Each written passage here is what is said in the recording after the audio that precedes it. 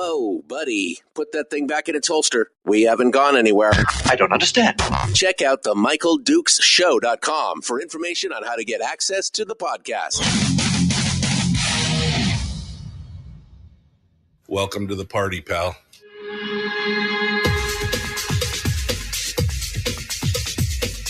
The Michael Dukes Show. The greed and the entitlement is astounding to me. What more could you want from a low-budget radio program? This is a dumpster fire. That was just BS. It is time to get a new perspective. We know just what you need, and we've got just the cure. Open wide and prepare for a steaming hot cup of freedom. I just don't fathom it. The Michael Dukes Show, streaming live across the world.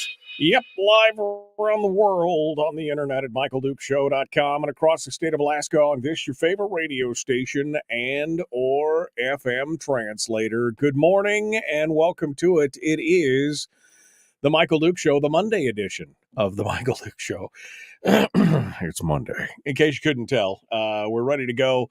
Got a jam-packed show for you today. Let me tell you just a bit about it here before we get started. Coming up in this hour, JD Tuccille is going to be joining us from Reason Magazine. He's had a nice vacation, and he came back guns a-blazing with some great articles. If you don't follow JD at Reason Magazine, you're missing out. You can you could sign up for his. He's got a, it's not a newsletter. It's basically, it highlights every article that he writes over at Reason. It's called The Rattler, and you can get signed up for it over at Reason Magazine. Just go over there, and I'll drop a link here in the chat room in a second. But you can follow everything that he writes. And like I said, he came back from vacation, just guns a-blazing, dropping some great articles, and we're going to talk about that, including the potential, and there's a push across the country right now for the use of psychedelics and psychotropics for the treatment of PTSD and depression. And this is some amazing stuff. They've had some great results with this, and I wanted to get his take on it and talk with him about that. We're going to do that here in just a minute. But first, let me tell you about the rest of the show. In hour 2 this morning, we're going to be talking with Sarah Montalbano, who is, of course, with the Alaska Policy Forum, and she's going to be talking with us about, well, education, because that's kind of one of her main gigs is dealing with education. But she's moved up there at the Policy Forum, so we're also going to be talking about defined benefits and the pension. The return to that, some taxation, maybe occupational licensing. We got a lot of stuff to cover today. It's going to be a full 2 hours with her, or a full hour with her. So it's going to be a full 2 hours today. JD and then Sarah, and then I haven't had my coffee. Stop mocking me. All right, here we go. We're going to get into it. So I guess without further ado, and the session starts tomorrow. The legislative session starts tomorrow, and you can already see it. They had a rally in Anchorage yesterday, where everybody was in red to show that they're in solidarity, and we need to spend more money on education, even though we spend $2.6 billion on education in this state.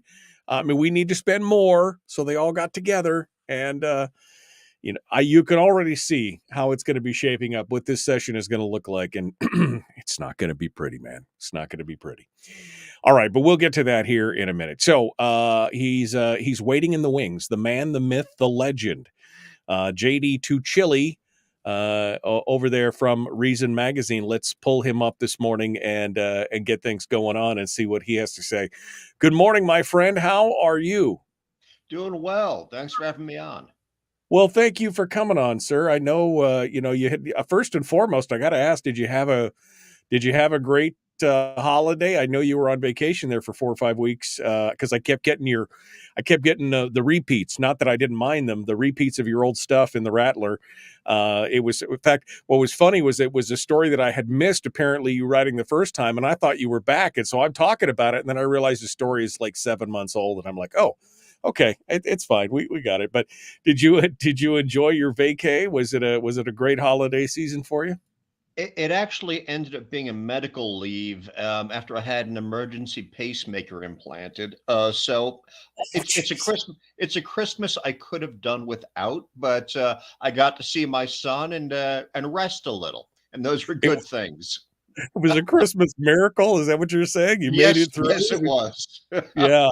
Yeah, you had the tracker, right? You had the tattletale on your thing. So was that a contributing factor to helping you survive the holidays? Well, the tracker is in there now, so I've got the base station. It broadcasts my heart condition, the status of my cardiac health to my doctor. It can be programmed remotely. The latest column is about that. That went up today, and how it's very helpful. It keeps me alive, but it also really creeps me out that I can be fine tuned and adjusted by a dude with a tablet. I know, really. You're like, hackers beware. You could be, they could be true heartbreakers at that point. Yeah. So, all right. Well, let's dive into this, JD, because I find this whole discussion fascinating. Nick Gillespie had from Reason. They had that big 30-minute documentary on psychedelics, MDM, Molly, psilocybins, all those. And it was a fascinating look into that world. And that was really my first, foray into that. And now you have written about this. The headline is what caught my attention, though. I love the headline. Let Elon Musk enjoy drugs. Because everybody was mocking, Elon Musk for potentially, I guess, with Joe Rogan, smoke some pot with Joe Rogan and everything else. But this is a bigger issue than just that. So let's get started. Give me the rundown here. Well, the Wall Street Journal ran this piece citing anonymous sources who had observed Elon Musk's alleged drug use. That he has, we know he smokes grass. He did it with Joe Rogan, but that he uses ketamine, psilocybin, and some of the other popular drugs in the tech community. A lot of them being psychedelics, psychoactive, another way. And the piece was kind of a scare piece. I mean, is this affecting Elon Musk's judgment? Is it affecting the valuation of his companies? It sounded like the usual concern trolls planting a story in the press. And it was, I don't know if Elon Musk has a drug problem. He may well use drugs. A lot of tech people do. And there are good reasons to use drugs. I mean, obviously, recreationally, as long as you have it under control, like anything else. I mean, if you drink in moderation, we're always told. Same with a lot of these drugs, psilocybin, MDMA, ketamine. But there's also therapeutic effects. And Elon Musk has alluded in the past to therapeutic effects of ketamine in particular on depression, how microdosing it can control depression. And there's actually a lot of research saying that it's more effective than other treatments we have for PTSD and for clinical depression. MDMA, ketamine, and psilocybin in particular have good track records. In some cases, there's evidence that one dose of psilocybin or can improve the outlook for people with clinical depression, and the outlook for depression. Treating depression with ketamine, it can be effective supposedly within 40 minutes, which is amazing. So it was a hit piece in the press that set me off because there's a lot of research going on that says that in moderation, used properly, these drugs can be very helpful. Actually. Yeah, you mean they're not talking about you going into your shed in the backyard and just tripping balls or something. I mean, this is something where it's underneath a doctor's supervision. I've got a family member who is now using some of that ketamine treatment for depression, and it's making a huge difference in these kind of things because it creates new neural pathways in your brains and does all kinds of stuff. I mean, it's some amazing stuff. Once we can get past the biases and the prejudices of what's going on, it can do some amazing things. Yeah, I mean, it's like everything else. You can do it wrong, you can do it badly, or you can do it well. And so, telling us that any particular figure takes ketamine doesn't say that this figure is abusing the drug or that it's having a negative effect on their decision making. In fact, it's quite possible that Elon Musk and others are performing better if they're appropriately using treatments for depression, for PTSD, or for other mental health issues. Also, relaxation. I mean, A lot of us, I think, are better for it if we have a drink every now and then and take the edge off. And that could be the case with these drugs too. Again, it's all Right. about moderation. I don't know the specifics of Elon Musk's drug use, but neither do the authors of that Wall Street Journal piece. No, and I did find the piece to be, I gotta be, slightly condescending as they're writing their piece with their fifth of Jack Daniels or their fine whiskey sitting next to them on the table, as they're writing this piece, and you're like, wait a second, intoxicants are intoxicants, one or the other. I mean, and everything has a therapeutic effect. I remember one of my my wife's doctors saying with one of our children that she had high blood pressure, she was very stressed out about it, and he's like, a glass of wine once a week is not a big deal. It'll help you relax and it'll actually benefit you. And I'm like, she's pregnant, and you're saying, and he was a good, upright. He was a guy who didn't drink, very straight laced, and he's like, a glass of wine every now and then would not hurt you, kind of thing. And I thought, wow, that was out of left field. I did not expect that, but it's true with anything, right? I mean, and this is not just you saying, it's not just people who are advocates saying it. The Journal of American Medicine actually was talking about this. I mean, they have looked at things like psilocybin and things like that. They absolutely have. I mean, psilocybin is showing really enormous potential for treating both depression and PTSD, sometimes with a single dosage, which is amazing. MDMA, which some people know as ecstasy, got a reputation as a club drug. When used as part of treatment protocols, improves the treatment for depression and PTSD, anxiety, other ailments also. Again, under supervision or microdosing, I mean, anything in moderation, right? And ketamine, same thing. One dose, 40 minutes, improvement in clinical depression. And we have a huge mental health problem in this country right now. That's why there are very few things that'll bring Republicans and Democrats together in Congress these days. But you have cross-aisle alliances between Republicans and Democrats working on trying to at least legalize more research and availability of these psychedelics, in particular for veterans who often suffer from PTSD, but for anybody else. I mean, because this could be useful to the entire country, time when mental health is becoming a greater problem on a regular basis. Absolutely. And I think that's the one thing I want to get into in the next segment is to talking about specifically the PTSD with veterans. And this is making actually some mainstream noise. We're seeing more and more of this. This has made its way even into popular culture. And we're going to talk about that here in just a second. JD Tuccille is our guest. He is, of course, a senior editor over there at, or former managing editor at Reason Magazine. He's had all kinds of hats over there. I can't keep track of him. And he's now here with us talking about the legalization of psychedelics or the potential in the United States. We're going to continue our discussion with him here in just a moment. Don't go anywhere. The Michael Duke Show, common sense, liberty-based, free-thinking radio. Don't forget, you can always join us out on Facebook during the commercial breaks. If you want to hang out with us during the commercial breaks in the chat room, we'll have some chats offline, and or off the air, and you can come out and hang out with us there. Facebook.com/Michael Duke Show /live. We'll continue with more here. JD Tuccille from Reason Magazine returns right after this. The Michael Duke Show. Common sense, liberty-based, free-thinking radio.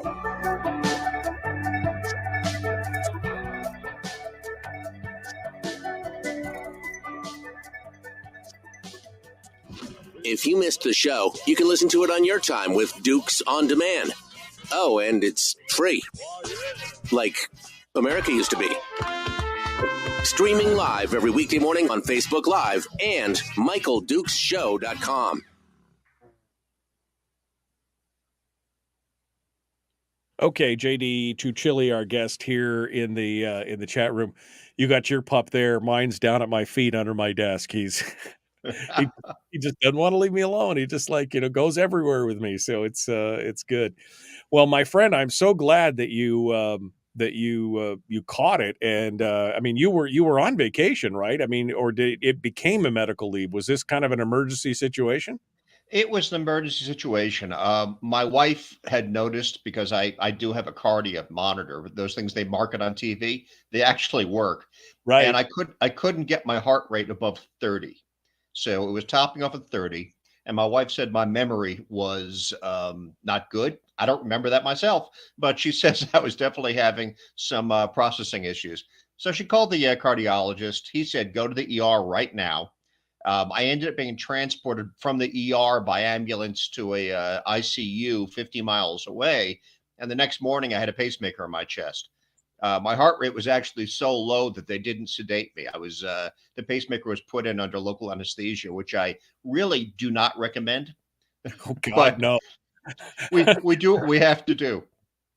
So I'm much better now. I bounced back nicely. Wow. Yeah, no, that I definitely don't recommend cracking your chest when you are when you have no. Oh God, man, I can't imagine. Yeah, so well, I'm glad you're with us, my friend. That yeah, and thank goodness your wife, who is also a physician, isn't she? She's a physician. Yeah, she's a Yeah, pediatrician. Yeah. yeah. So I mean, she understood some of that stuff. 30 beats a minute. Whew. I mean, that's what those runners go for, right? When they're at rest, but you definitely want to get it up at that point. Yeah, I've been hearing it's probably over the last 4 or 5 months. I had been hearing about this, and my initial exposure to it, which we'll talk about here in a second, was actually on broadcast television. I was a little surprised that they included that um, in a regular old broadcast television report. And we'll talk about that when we get back. But more and more people are talking about how it can change. I mean, so many different things, whether it's, fibromyalgia or, depression, the PTSD, migraines was another one that I've heard that, some of those things can affect. And, this is not something that's new for some people, especially First Peoples and things like that. I mean, they've been using these things not just for religious purposes, but for medical uses for, 1,000 years. Oh, absolutely. And we don't fully understand what's going on in terms of PTSD, in terms of depression. I've heard some speculation that it has to do with basically habits, neural pathways. We get into habitual behaviors and attitudes, and it's very hard to get out of those ruts. And there's at least some speculation that psychedelics kind of push us out of them, help us form new habits, get us out of the bad old ones. But for whatever reason, however it works, the research says that in many cases, used properly, a lot of these psychedelics can really treat mental ailments and other ailments too. But a lot of stuff having to do with neurological functions and improve PTSD, depression, anxiety, and other ailments. And more research, obviously, is due. I mean, there's grounds for looking further into this and seeing that if some of these ailments that are very resistant to treatment can be better addressed by using the psychedelics. Yeah. Well, it's an amazing idea. And the problem is, I think, what we're facing right now is um, is kind of the prejudice of this, thing, because we've been taught for years, that the just say no, the war on drugs. I mean, the whole thing. And of course, we have bad examples of this, whether it's the, tripping of the 60s and the, season of free love and the anti-war movement and everything else. This was a lot of their recreational drugs of choice. But I mean, there is definitely, who was it that was talking about they used the microdosing to open their mind? I mean, it was some physicist or something who had actually talked about it at some point. Some people are using it to expand kind of the way they think. And that's been beneficial to them as well. So we'll get into all that here in just a second, because again, I find this to be a fascinating topic, and we'll dive into this. JD Tuccille, our guest. The Michael Duke Show continues. Like, share, subscribe, ring the bell. Let's get going on. Here we go. Jumping back into it. Common sense, liberty-based, free-thinking radio. Here we go.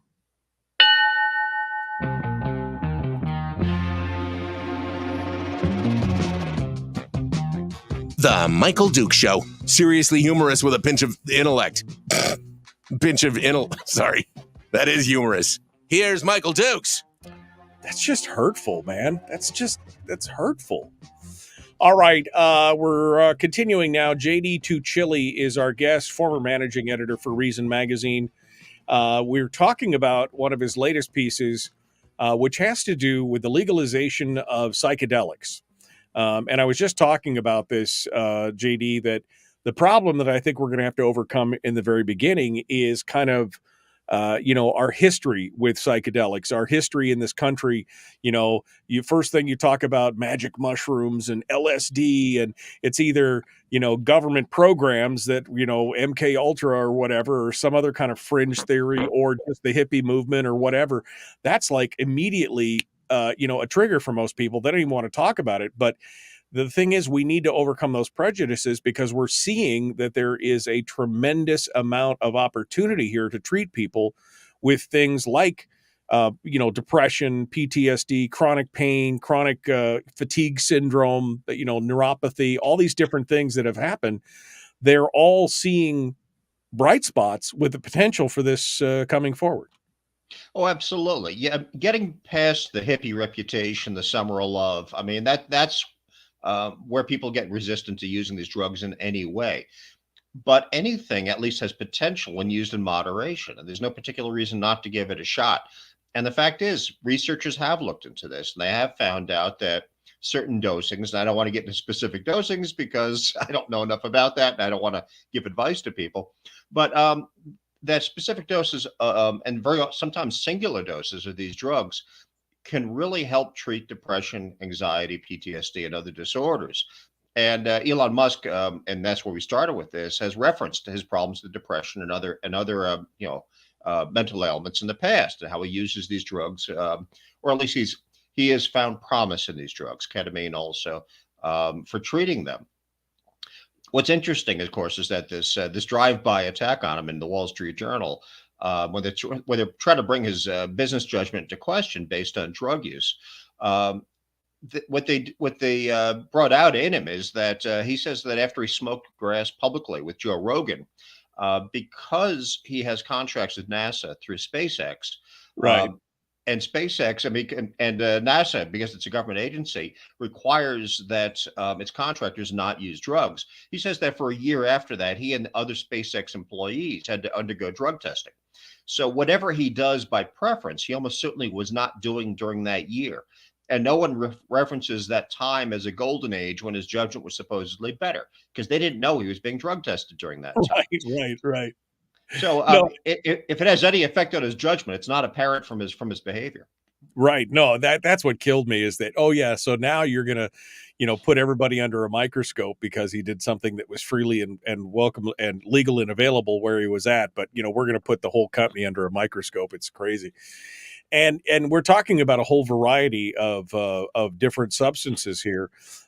As Gail points out, mushrooms are 180 degrees different from LSD, but both have got therapeutic value.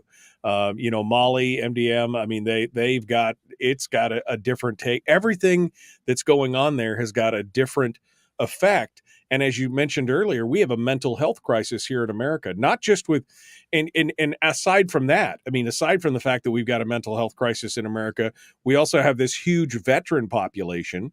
And of course, many of the veterans, excuse me, are suffering from PTSD. And some of my first exposure to this was probably 2 years ago. I was watching the show Navy SEALs, SEAL Team, SEALs, the one with David Boreanaz. Yeah. One was David Boreanaz. And there was a couple episodes there where they had a guy that was suffering just strongly from PTSD, and they ended up going down to Costa Rica or someplace, and they had another former veteran buddy who was down there, and he was working in another country helping veterans with PTSD using mushrooms and psychedelics to help them cope with their PTSD, because he'd gone through it. And so he was walking them. And I thought, wow, you got a mainstream show having guys who are in uniform, not in uniform, but active duty, trying to overcome their PTSD. And this is how they were using it. And that's when I started hearing more and more about it. So this movement has been, kind of mainstreamed now, and it's getting more traction overall. It's getting more traction. A lot of people are very interested in the outcomes, potentials for this, and a lot of people have tried it on their own, illegally, under the radar, experimenting. And that kind of led the way because a lot of them had success. Now, that doesn't mean that everybody has had success or that everybody had positive experience with these drugs, especially when you don't know what the dosing is supposed to be or how the frequency of it or whatever else it might be. But when researchers look into it, when they follow up on people's reported experiences, yeah, they find a lot of promise. This stuff can do very well. And it's not just one drug. It seems to be the whole range of psychedelics at least has potential for a large number of these ailments. One of the things that, as I was talking with my family member that is doing this for depression, is having ketamine treatments for depression, and I was asking a lot of questions, and they had some literature from the doctor and everything else, and they, the whole thing that got me was that these things, the ketamine in particular at this point is what we were talking about, but others, psychotropics have been doing the same thing, are cutting new neural pathways. So instead of going down the same rabbit hole, the circle thinking, the anxiety, the depression, it helps actually carve these new pathways into your brain to make your brain try and loop around that and in a way heal itself, because you keep going over the same scar tissue over and over in thought processes and impulses and everything else. And this kind of goes around that. And, they kind of said it's like a roadblock where you can detour around it and come onto a new path, but you've got to cut that new pathway in. And that's part of this treatment. And I thought, wow, that's a crazy, because we still don't understand the mind. I mean, we're in the 21st century. We still don't understand the mind and the brain and how it works 100%. But we see these things. Why shouldn't people have the ability to test this out? I mean, again, if we're, all free people and we have the ability and we're willing to give it a shot, especially in small doses under the care of a medical professional, why shouldn't we be given this opportunity? Yeah, I mean, as you say, we don't really understand what PTSD is, depression is, a lot of these things. There's at least some evidence or theorizing that they're kind of bad neurological and psychological habits. We get into ruts of depression, of anxiety, and that these drugs can help form new pathways and lead us into new, better habits. But whether or not we understand how they work, there is correlation with better outcomes in using them. It would be better to understand them more fully. But even if we don't, if they work, that in and of itself is a good thing, and they're worth trying, experimenting with, and researching more. And this leads me to the question now of if it does get legalized, or at least for treatment or things like that, then you fixed a problem of something like the black market. I mean, one of the things it was another article I read that was talking about some of the problems with this right now is that people have, they have no idea if they're trying to do it themselves because nobody is doing it legally and they're trying to dose themselves. They have no idea of the dosage. They have no idea of what to do, how to do, it really could fix a problem with, an illicit market or having things, just doing it wrong, essentially. Well, absolutely. I mean, MDMA, ecstasy, before it was outlawed back in the 80s, was being used in couples therapy and in psychological counseling by doctors who were kind of experimenting in that field. And the problem is that once it was outlawed, it was driven to black market laboratories. You started having bad outcomes because you didn't know what you were buying. You didn't know the purity. You didn't know the concentration. And as every time you drive anything to the black market, you end up with less accountability in terms of the quality of the product and service that's offered at the end. And so you end up having real problems with the black market MDMA, whereas the stuff had shown real promise early on before it was outlawed when it was available from legal, reputable sources. And if you return that to some kind of a legal status, you can get controlled dosage, controlled purity, and do much better quality research and have better outcomes in terms of using it. Right. I mean, in the first uses of MDMA, I mean, this was FDA approved. I mean, this was, it had standards. It had gone through the whole process. It was already there. But once they said, oh, no, you can't do that because some people abused it or whatever. Oh, no, you can't do that. So now they've outlawed it. And that's, again, when you're driving some of these solutions into the black market, into the underground, you've done more harm than good. That was in the 80s. I mean, we're talking, 40 years ago. What good could have been done in the last 40 years if it hadn't been driven underground? Well, I just did. And of course, you drive it underground and you create a black market culture around it and you create a black market reputation around it. And you also get accustomed to or hear about the bad effects of the impure stuff, Who knows what it's adulterated with? Amphetamines very often are put into it because it comes out of a black market laboratory. You don't know what you're getting. Right. So yeah, we lost a lot of ground there, a lot of years where we could have gotten benefit from the drug, at least potentially. Yeah. Well, some good news. As you said, this is kind of crossing the aisle. You've got people on the left and the right, Democrats and Republicans, who are now talking about this in a very, pro type environment, where maybe not for widespread use, but at least for research and education and things like that. What do you think the chances are of something like this, actually, making it to the people? I think it's very good. It's not just Elon Musk and and tech billionaires experimenting with it. It's veterans. It's people who have not had good luck with other treatment outcomes. It's researchers and scientists and physicians. There's a lot of grassroots push for it.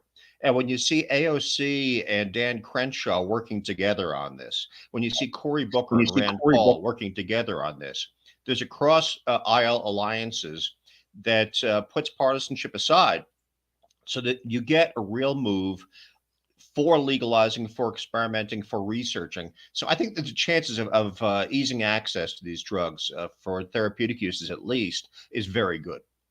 Yeah, I had to laugh because Jordan Peterson, he's had whole conversations about this and the positive aspects of it and things like that. And then you've got the Joe Rogans, and then you got the AOCs. And so it kind of crosses the spectrum.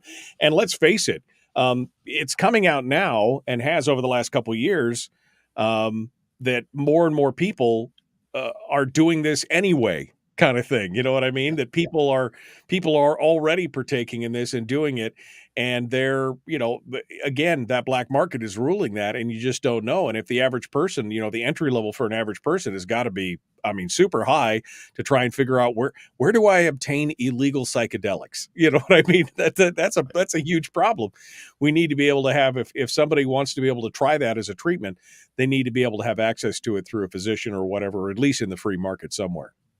Absolutely. We can't overemphasize this. The prohibitions don't make anything that's prohibited go away. They just drive it underground.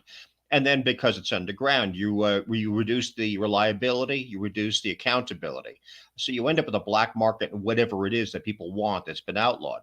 So prohibition makes things more dangerous. It doesn't eliminate them. Get rid of the prohibition. Look at it legally. Make the substances purer. Have them come from reputable companies and sources. And then there's accountability if there's an issue. It's not just from underground laboratories. Yeah, and of course, nothing stopped the American government from using these things when they wanted to for their own uses anyway. So at that point, I'm shaking my head on it. Final thoughts here on this topic, JD. I mean, where do we go from it? How do we, if we are in support of this, and I don't know if all the listeners are, I certainly am. I certainly am seeing some results in family members who have been using some of these treatments, which 5 years ago, if you told me, oh yeah, we're going to give them ketamine, I'd have been like, excuse me, what? I mean, but I'm seeing results, and I'm like, wow, that's amazing. So what do we do? How do we as citizens help out with this? Well, the usual thing is contact your member of Congress and say that you're interested in this and you want more work on it.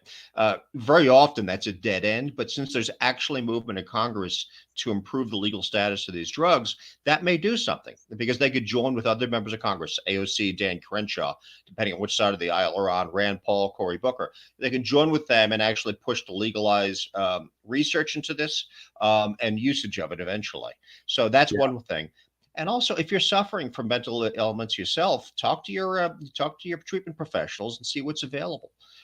Maybe you can have access to something that'll work better than what you've been doing in the past if your current treatment is not doing the job for you. Yeah, I mean, there's talk specifically about this ketamine treatment, which I'm most familiar with at this point, is that it could eliminate the need for continuous use of other psychotropics and antidepressants, because these treatments, a series of treatments, can again help recut those neural pathways in your brain, and you might not have to be on I mean, that's an amazing thing for a lot of people, because we've got, I mean, what is it? A third of the country is on some form of antidepressant at this point. If we could help eliminate that, I mean, that would be a huge deal here in the country for sure. JD Tuccille, our guest. JD, can you stick with us and we'll talk about medical stuff here in just a sec? We'll talk about Absolutely. Sounds good. your latest piece. JD Tuccille, our guest. We're going to continue with him here in just a second.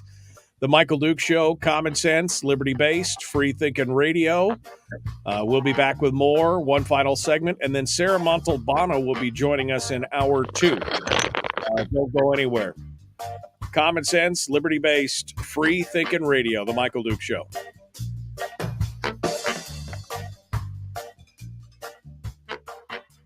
We're broadcasting live through a series of tubes, allowing all of these entities to provide streaming stuff going on the internet. well, it's kind of hard to explain. Sorry.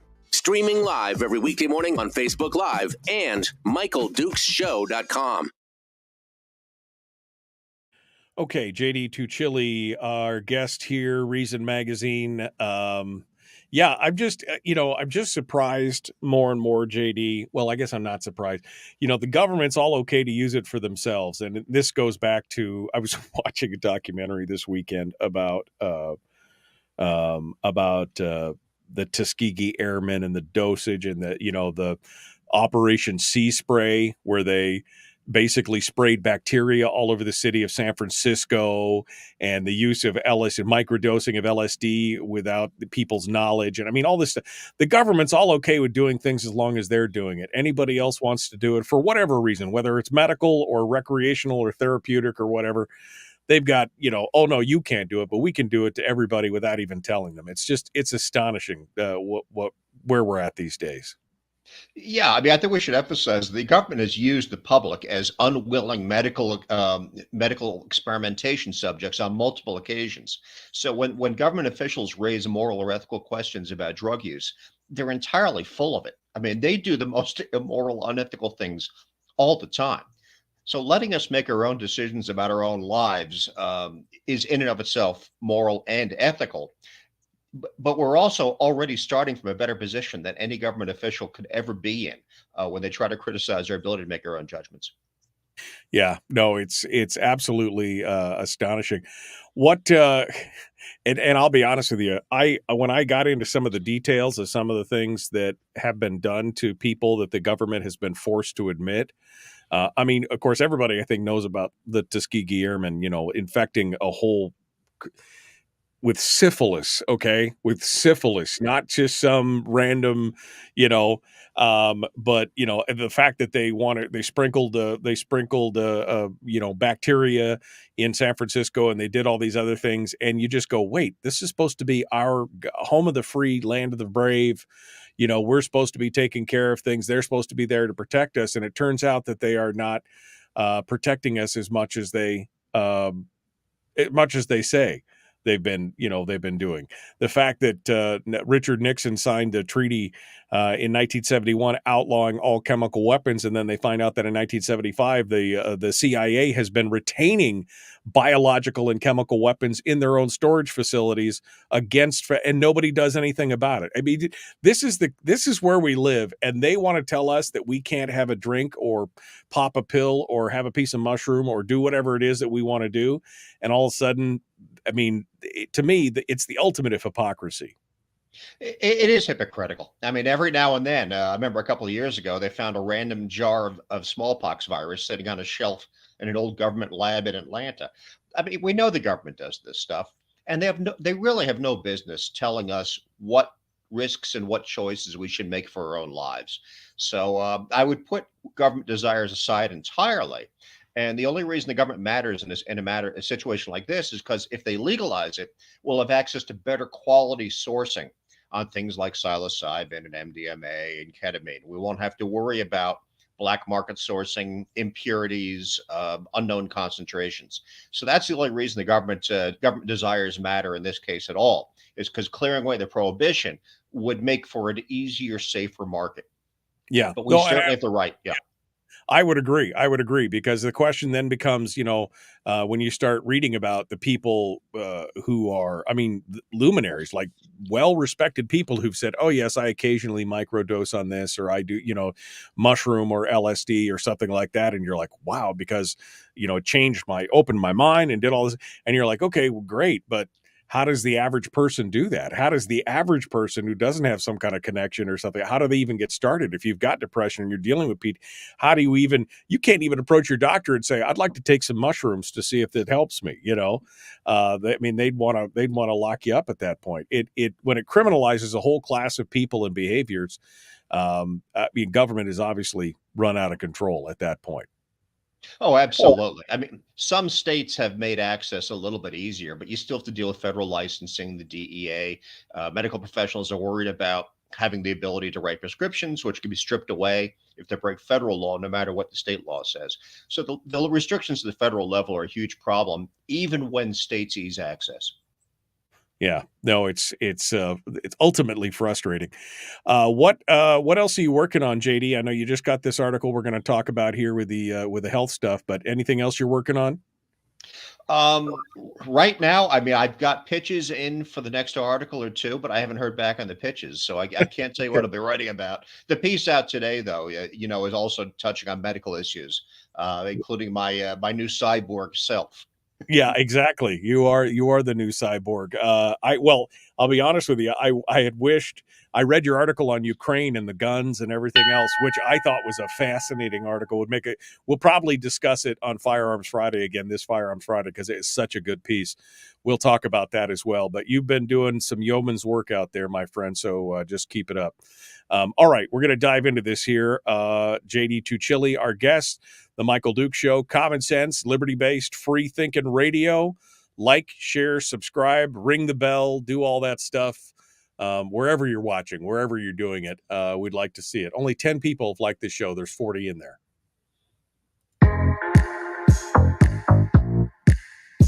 The Michael Duke Show. Not your daddy. Wait, sorry. Not your daddy? Ooh, not your daddy's talk radio. Huh. Whew. I was scared for a second. Thought we were going down. Here's Michael Dukes and the show. No, not your daddy. Although my daddy is in the chat room. I saw him in there earlier today. Hi, Dad. How you doing? JD Tuccille is our guest. Reason Magazine is where he writes, and you'll find the majority of his stuff.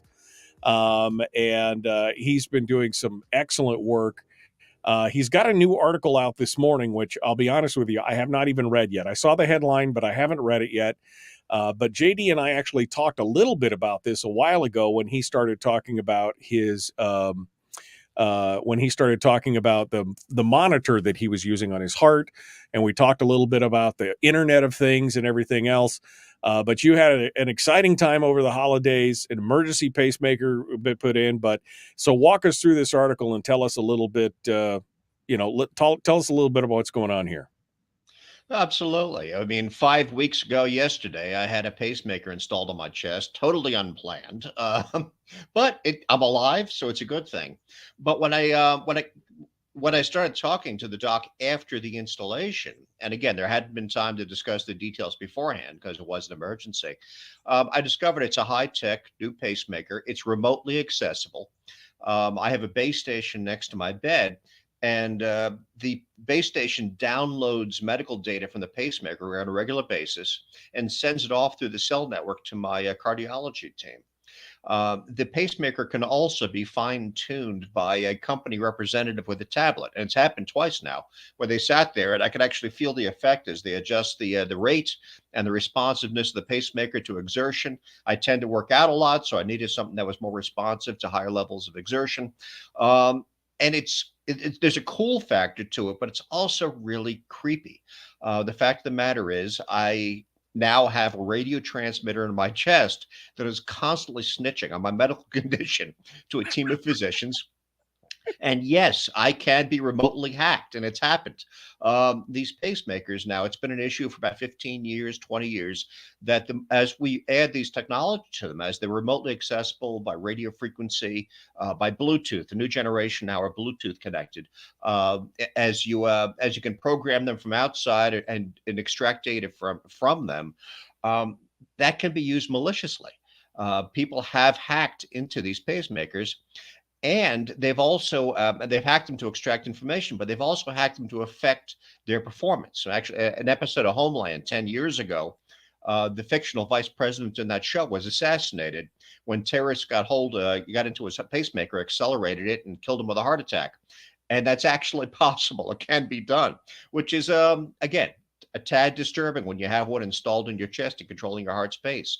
So these are considerations and concerns that I have with the device that actually keeps me alive. It's a good thing to have it, but there are vulnerabilities in it, and there are privacy risks and other dangers that are inherent in having such a high-tech device. Yeah, no, we've seen it, and it's actually been the plot device of several shows that I've watched, where somebody has an internal insulin pump or a pacemaker or something like that that is Bluetooth or IP enabled, and they're able to track it, or able to kill somebody by giving them a massive dose of insulin, or tripping their pacemaker. I mean, it's the thing is that it's not just fiction. I mean, it's in the shows. It's not just fiction. It is hackable, and in the Internet of Things, where everything from your coffee pot to your refrigerator to your pacemaker are all on the internet. There are bad actors out there who do things just because they want to watch the world burn. You know what I mean? They just do things because that's who they are, and that could be a very scary situation. It can be. I mean, I'll point out that in 2017, the FDA put out a notice that said that 465,000 Abbott pacemakers were vulnerable. They had a cybersecurity vulnerability that had to be patched with a new firmware download. The next year, they had to put out another FDA update on Medtronic pacemakers, because at the Black Hat Security Forum, researchers revealed that they'd hacked into Medtronic pacemakers. So, I mean, these things have to be updated like any other computer connected device, something that's part of the network. There's always going to be cybersecurity vulnerabilities, and there's always going to be a race between malicious actors and the security professionals who are supposed to keep them secure. Medtronics actually weren't even encrypted until that year. That's the worst part. It's like open and free. It's like I'm at the coffee shop looking at my Wi-Fi, and they're like, Medtronic, whatever. Maybe I should connect to that and see what that does. I mean, I think he's had too much espresso. Let me turn it down for him. And we laugh about it, but it is scary. But I mean, it's great that we have this technology. It's fantastic. I mean, that some people are alive today because of technology that does make us nervous. But it's one of those things where we've got to balance out the risk and reward, and we've got to make sure we hold these medical companies accountable, because again, if they're not forced to keep the cybersecurity up on those kind of things, I don't know as they necessarily would at that point. Yeah, there's also another privacy vulnerability in this kind of technology, and that's when to get away from pacemakers. The government is actually talking now about using remote monitoring with implanted devices on opioid patients, so that because we know that there's the opioid crisis, there's a lot of recreational use and abuse of opioids beyond those that are prescribed for pain. And the government wants to know, can we track opioid use so that you can detect physiological changes in people and tell that they're dosing too much beyond the parameters of their prescription, that they're overusing this stuff? That would be a deliberate privacy intrusion using this kind of remote technology. And it really is a potential. It's something that could be done now and may actually be mandated in the future. So as these technologies are available, become increasingly prevalent and very inexpensive, they're not just useful and helpful and potentially vulnerable to bad actors, but they can be misused by official policy. I would say misused, because I find that very intrusive and creepy, Right. to have the government saying we want to monitor your drug usage so that we can penalize you if your device tells us that you're taking too much of your medication. I find that frightening. Well, right. I mean, an ankle bracelet is one thing, an ankle monitor is one thing, but actually putting something in your body and tattling on you every second of every day for what, I mean, at some point we've seen how many of these big government types, they want to watch what you're, eating in trans fats. They want to make sure you're not having too much sugar. They want to do what's to say that they don't say, okay, well, if you want, you've got to put these in your body and you've got to test and you've got to report your own stuff, or we'll put a piece of equipment in you that reports it on your own. And once you reach that level, no more trans fats for you. No more sugar for you. No more, it's very Orwellian in that regard. Yeah, the fact that we can have a steady stream of data go from our bodies to the authorities doesn't mean that we should have that stream of data. We have to discuss how much of that we want out there because it can be done now, and things that can be done will be done unless you have have a discussion about it and decide where you want to draw the line. Right. It's not just an invasion of privacy on your end. We've seen how well the government protects your information on the other end, right? So if they're pulling all that info from you and storing it somewhere, because you know that they would, I mean, who's to say that that information, maybe no bad actors in the government do something with it, but there are always bad actors out there, and they have shown themselves not to be good stewards of your information at that point. I'm sure that the database of our pharmacological usage will be every bit as secure as the IRS database. So, Yeah, I'm sure it would be just right there. Oh, yeah, okay, I could see exactly what your taste in music and medicine is. That's exactly what we could see it all right there. All right, JD, we're down to the last couple minutes here, and I do want to give you kudos as well for your latest article that you wrote last week on the the war with Russia teaches us the value of private guns. We're going to go over that article in depth on Friday, I think, for Firearms Friday. But give us your 90-second elevator pitch on that article and what surprised you about it. well, a society that is armed gets accustomed to being armed. Before the war with Russia, Ukrainians had a relatively low support for the idea of recognizing a right to bear arms. Support for that has more than doubled since they found they had a need for private ownership of guns, and now Ukrainians, by and large, want to own guns. It has changed their culture in ways that I find pro freedom and positive, and it's interesting to see. What's going to be really interesting is when the dust settles on this whole conflict and the EU comes back and starts exerting pressure again, because the EU is very anti-gun. They want none of their member states to have the ability for their citizens to be armed. And yet in Ukraine right now, it's what, 58% support the 58. idea, yeah, of being armed. And so it's going to be interesting to see. There might be a lot of battlefield pickups and closets and attics full of guns that probably never get reported back because they know what could happen tomorrow. You know what I mean? It's kind of a shocking thing. I think that will be an interesting tipping point when the thing's all over and the EU starts exerting their pressure again. Final thoughts, JD Tuccille here. Final thoughts. We live in a big, weird world, and it's not getting any less interesting. So I always have something to write about, even if it's disturbing. Yeah, no, it's interesting stuff for sure, and I love your take on everything that's going on here. I'm glad you're with us, and I'm thankful that you made it through the holidays, and I hope your health continues to improve. And we love talking to you, my friend. So we'll I have have you hold on the line here just a second. We'll be right back. Don't go anywhere. That's JD Tuccille, folks, from Reason Magazine. You can find him at reason.com. Subscribe to his newsletter, The Rattler. We'll have more on this on the other side. Sarah Montalbano, our guest.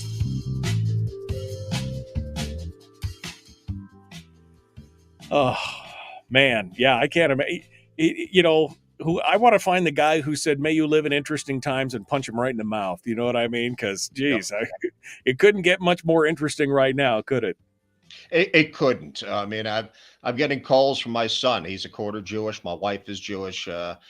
And he's concerned about the environment on campus, because of the protests in favor of Hamas. So, I mean, there's always something going on. And even if you think you've got your own life under control, the world will intrude no matter what you do. Yeah, and of course, people are now finding out. I feel like today we're on a tipping point of some kind of people discovering more and more the distrust in government is higher than ever.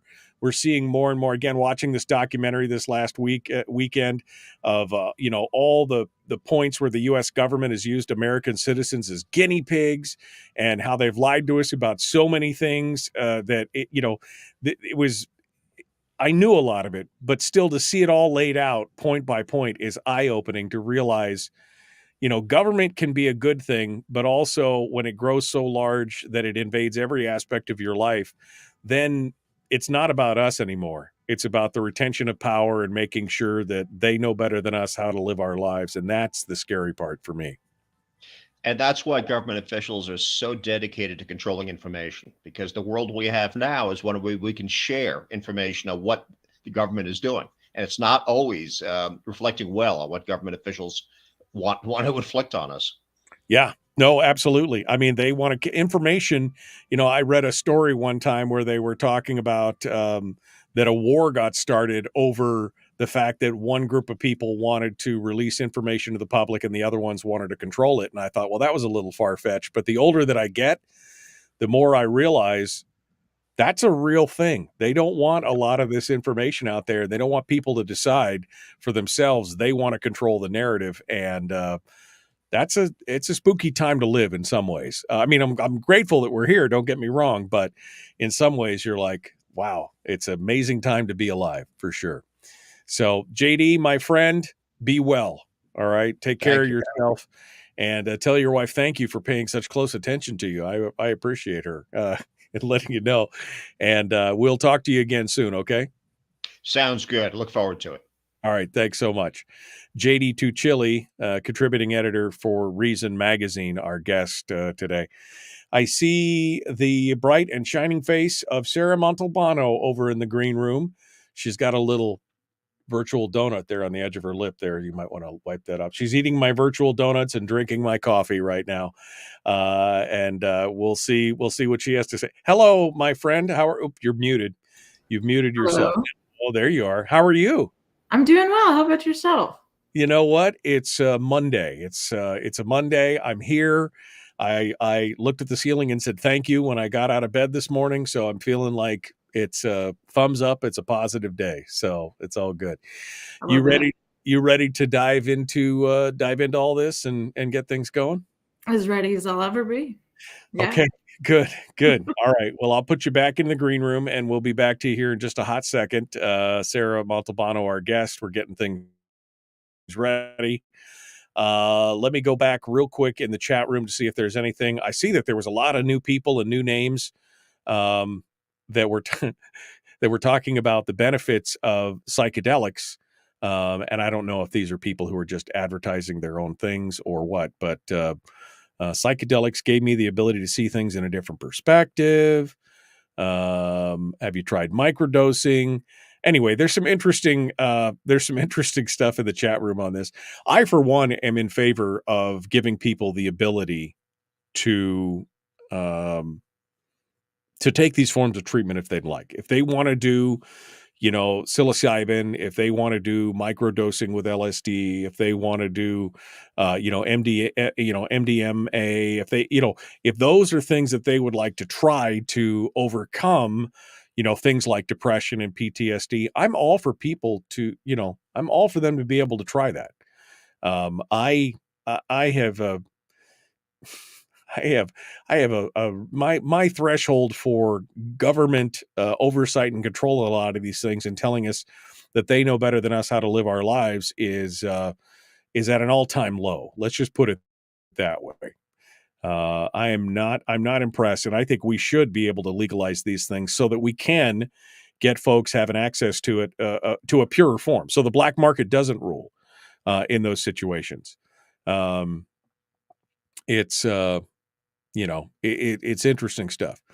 I never did Quaaludes. Timothy Leary knows all about the synthetic ones. Let's see.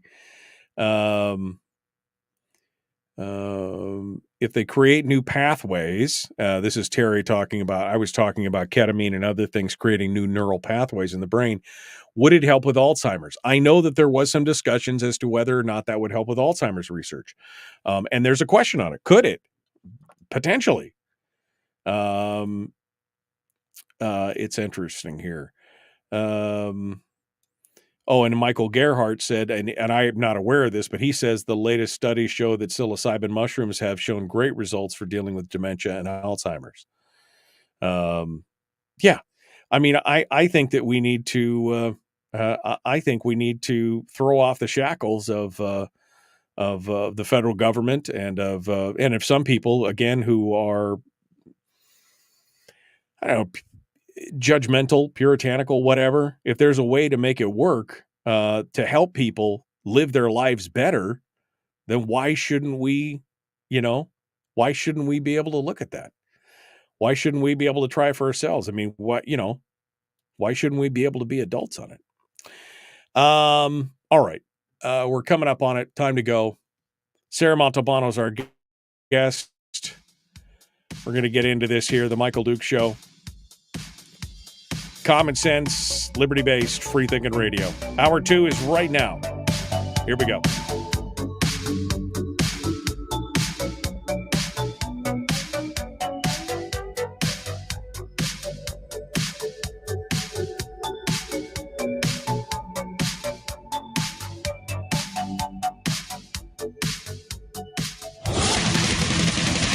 Whoa, buddy. Put that thing back in its holster. We haven't gone anywhere. I don't understand. Check out the MichaelDukesShow.com for information on how to get access to the podcast. Welcome to the party, pal.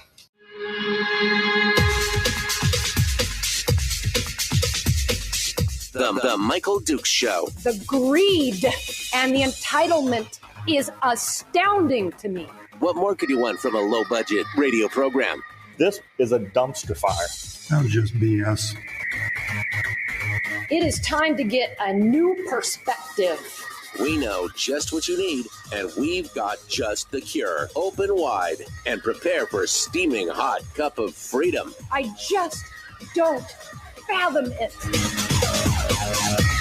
The Michael Dukes Show, streaming live across the world. Live around the world on the internet at michaeldukeshow.com and across the state of Alaska on this, your favorite radio station and or FM translator. Good morning and welcome to Hour 2 of the Big Radio Show. We just finished up with JD Tuccille, who's a contributing editor for Reason Magazine.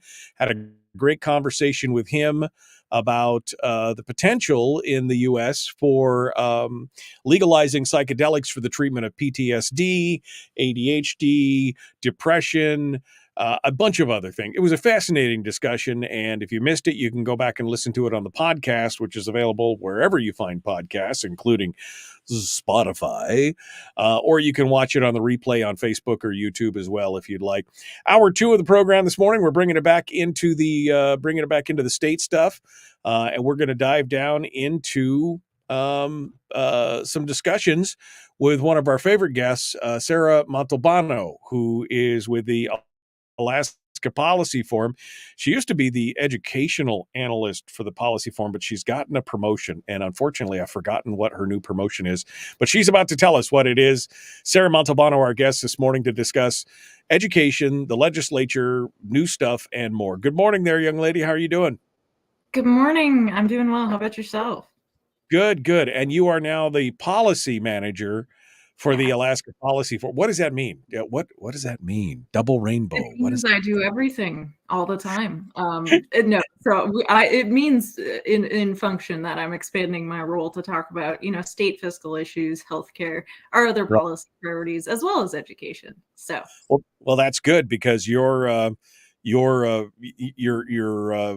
take on education has been informative and educational for many folks out there. You've done a great job on that, and I know you'll do a fantastic job on the rest of this. So, but let's start off with the new stuff here. Of course, we know that some of the big policies that are going to be discussed in the upcoming session include education. Obviously, we saw the big rally in Anchorage this weekend with 100 people there or whatever, and the question, all the newspapers are asking the question, are they going to try and override the governor's veto, which I think has got zero chance of actually happening, but I mean, they're putting it out there because I think at this point the news media is complicit in some of the stuff that's going on right now. But let's talk about education and what you see coming up here in this session, and challenges and everything else. Let's talk about that. We'll start there.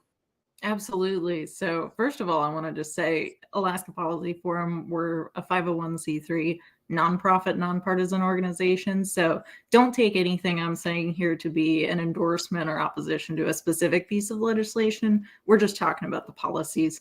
As far as education, funding, accountability, outcomes issues, I'm really, I'm hoping that we will find some sort of compromise here so that we get those transparency and accountability components to any increases in funding, because I think what we're seeing here is that the increases in funding we've had in the past simply aren't changing things for our student outcomes. I've said it before, I'll say it again. We're 49th on the National Assessment of Educational Progress in fourth grade reading. Anywhere between a quarter and a third of students are proficient on the statewide exams. So, schooling isn't working in this sense for, 2/3 of our students. Right. And that's really concerning to me. And we're already spending an inordinate amount of money. I think the last I saw, average school per student spending is about $25,000 in fiscal year 2022. So we're just not getting the outcomes we want to see from that kind of spending. So what I'm hoping for here is we see some, tie in there, or at the very least expand, options that will give students more education freedom. Because if you're not getting what you need in your school, you ought to be able to find a different solution. Right. Well, and we've talked about this, and the reason I brought up the news media thing is because, again, they seem to have been banging on this drum very hard of the idea somehow that we have been underfunding education, that we haven't had an increase in education, that we haven't adjusted anything. But you ran the numbers. You went back and showed that, in the last 20 years, we've increased education by a significant amount. Was it 20, 30%? I mean, it's been a pretty significant amount of increase over the last 20 years, just the last 20 years in the state. Yeah, so I do encourage you all to look on our website, alaskapolicyforum.org. I did run those numbers, and since about 2002, it's 20, 30% increase. There was a huge funding formula shift back in the early 2000s, and that has changed things a lot for our state. We've seen over that time too, I've run the numbers on that, we've seen a growth in the administrators and staff members who aren't doing teaching functions too. And so I think what the most important thing to keep in mind here in this discussion is, how we spend the education dollars we're putting in is way more important than just increasing the overall budget or, what that magic number is going to be. I don't think there is a magic number. I don't think we will ever reach a point where we say, great, fantastic, our schools are fully funded and now our students are successful, right? It's not that the money isn't relevant or can't make a difference, but it does need to be used in ways that help classrooms or teachers' salaries and make a difference in the student outcomes. And, we see a lot of really successful models in the school choice space too, that are doing a lot more with less. So that is mostly what I would like to see. Right. Well, and you mentioned again, the accountability, the NEAP and where we're at academically, and Alaska historically has been almost always in the bottom half somewhere, education wise. And yet we continue to spend more than almost any other state in the country on this. Now, some will say that has to do with geographic considerations. Some districts are spending $100,000 per student, so that drives the average up and everything else. And there is some to that. But the bottom line is that even there was some discussion in the last legislative cycle about putting some accountability. Okay, we'll vote for this if we tie some metrics to it. And it was immediately riddled full of bullets. They said, no, we're not going to vote for that. Well, wait a minute. If you're going to spend them, we've got to have some kind of framework or guideline for accountability in what's being taught. And there seems to be a lot of resistance to that kind of idea. And I don't know exactly why. Yeah, the politics of this is really fascinating and disappointing to me. I really don't see this as a partisan issue to say, like, we want to have, some results for the money we're putting in here. It's really concerning to me that districts are expecting, just a blank check. And it doesn't even need to be the accountability for the outcomes. It could just go as far as to say, here's transparency. Here is how we are spending the money, and let people decide for themselves if those are appropriate ways to spend the funds. I would really love to see something like that. I don't know if the politics on it is going to change very much, but there have been a lot of proposals. And as you said, all of them got shot down. Well, and there's no guarantee at this point that if they do, I mean, let's just say hypothetically, they override the governor's veto, they get the extra $80+ million in there. And so the BSA has gone up, the $1,000 that they wanted it to and everything else. The problem is that the track record shows that the majority of this, I mean, not all this money goes into the classroom. In fact, a lot of it, up to almost half of it, goes outside the classroom. In some places, not even the majority of it ends up in the classroom. It ends up getting sucked up in that administrative overhead. I mean, you talked about some districts that have 2, 3, sometimes 4 administrators for every teacher, and that I don't think that's what the average citizen envisions when they say putting $1 in the classroom, because that's how it's framed, putting more money in the classroom. But in the long run, it ends up being pennies on the dollar that end up in the classroom when you're spending that kind of money. Yeah, no, I completely agree with that. And it's so crucial for us to make sure that this funding is being used in productive ways. I mean, we clearly are seeing models that are working for students to have their outcomes. There's plenty of ways, but I think we can all agree that it's not the administrators that are making the difference. The administrators aren't there having the aha moments with students. They perform very important functions, but it is not, the primary thing that we're trying to do. And I think, a lot of it just gets lost in the media discussion around it, and to say, this blank check is going to obviously go. No, it doesn't have to go to the teachers. Then there's a good chance that it won't. Right. I absolutely agree with that. Well, it's been almost 30 years since there used to be a mandate on that kind of stuff for the BSA and other things, that 70% of those dollars needed to hit the classroom. That was the thing. And that was reversed in the 90s, and it has never gone back. You've never seen that kind of penetration of money going directly into the classroom when you've done it since then. We've seen the growth instead of the administrative side and the overhead side and everything else. And you've mentioned a couple times, we have examples of places that things have been done correctly. We've seen, and this has always been my question, if we could take a grocery store method of going into the grocery store, taking the things we want, leaving the things we don't, why don't we go to states like Florida with their Read by 9 program and then put that in? Why don't we go to states that have done well, that have great scholastic outcomes for a lesser investment, and figure out what did they do exactly and adapt that for what we're doing here? But even the Read by 9 program, which has got a great track record, was fought tooth and nail in the legislature. I mean, it was a struggle to get it across the line, and you're like, why is this such a problem? I am so glad you mentioned that, because Read by 9 was definitely a struggle, and we're still seeing backlash to it right now. Now we're seeing the argument that it's being really expensive, and we need more funding in order to implement this program. So I think there's a few basic things that if we are going to have this public school monopoly, we should make sure are being taught in the public schools. And I think reading by grade 3 is definitely one of those things. Right. I really like what Florida does with its school funding model. My recollection of it is that it has a lot of incentives for outcomes. And so, these districts get a certain amount of money for, every student that by grade 3 is hitting their, their reading benchmarks and math benchmarks. And every student by the 8th grade who's ready to go into high school on certain benchmarks. And then things like high school accountability too. They're getting paid for actually educating the students instead of just having that dropped in their lap. And so I do like a lot of things that Florida does. It's obviously not perfect, but it has an enormous school choice ecosystem too, that's adding a lot of competition to the public schools.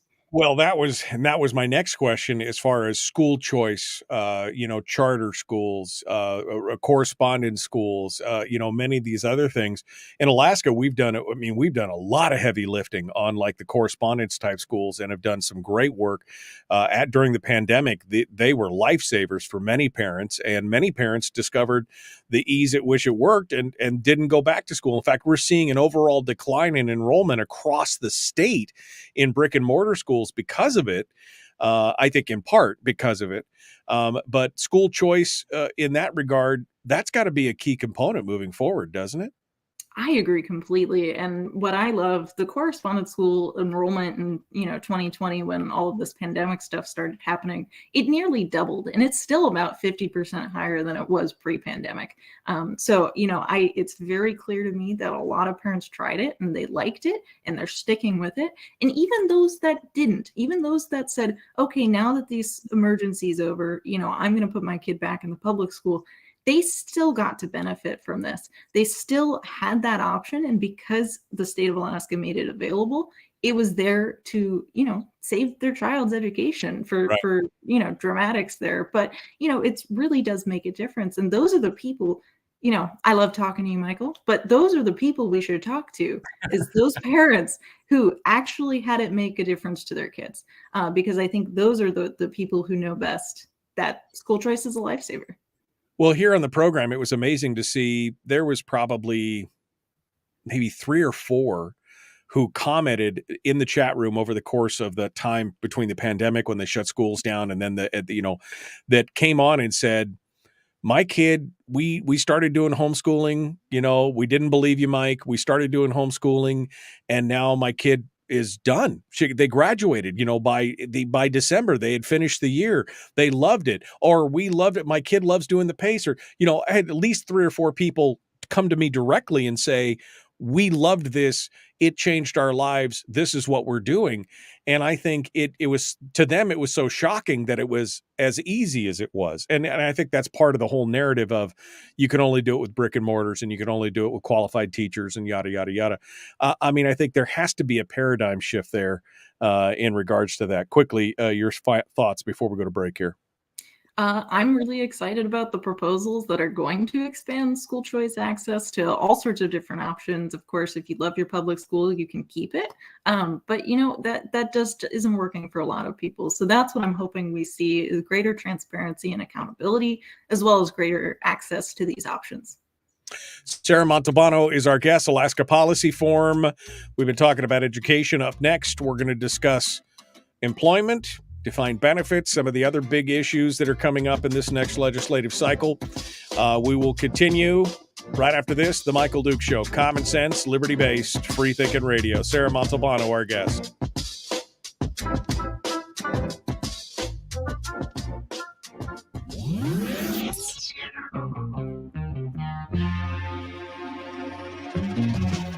Running on 100% pure beard power. Oh, also some coffee. We dip our beard in coffee.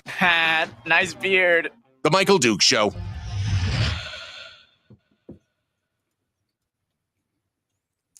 We're going to get Sarah an honorary beard. Welcome back to the program. Sarah Montalbano is our guest. It's pretty amazing. It was amazing and humbling to me to see people in the chat room over the course of about 5 or 6 months there who basically all said, kind of the same thing, which was, my kids love it. I had 2 of them basically say their children had already finished the school year before December. That's, and they're like, because they got a chance to go at their pace, and just everything else. And just to give people that opportunity, which again, the mainstream, the brick and mortar folk, they just don't want to see that. They don't want to see the options. They don't want to see the choice.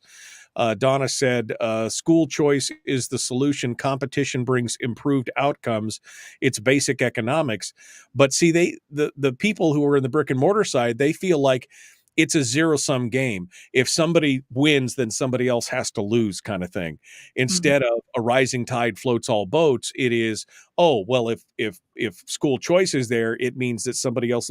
But no, it means that if you lose that child, you have more chance now to focus on the children that remain. You can increase. And if you are going to be competitive, and if your solution is better, as you claim, then more people will come to you. The better your outcomes, the more people that will come to you. But when we see 25-30% of the students are that's all that's proficient in the, reading and math and those kind of skills, it's not a very good product that you're producing. So keep saying that we need to keep sending them back there makes no sense to me as a parent.